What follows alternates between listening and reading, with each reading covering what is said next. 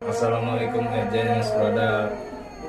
Jangan lupa untuk seluruh penggemar RJNS Product untuk like and subscribe channel saya yang berisi karya saya dan hal menarik lainnya. Salam RJNS Product.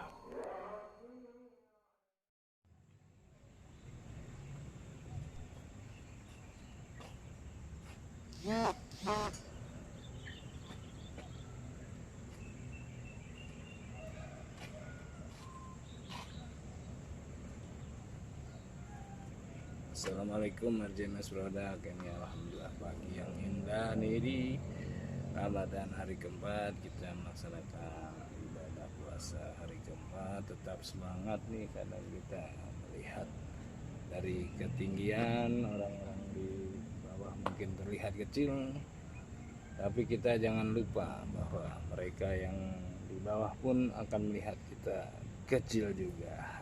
Salam RJNS Product.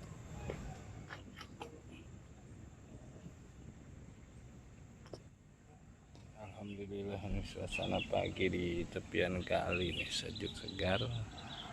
Suara ceria burung-burung bernyanyi menyambut Ramadan pagi ini.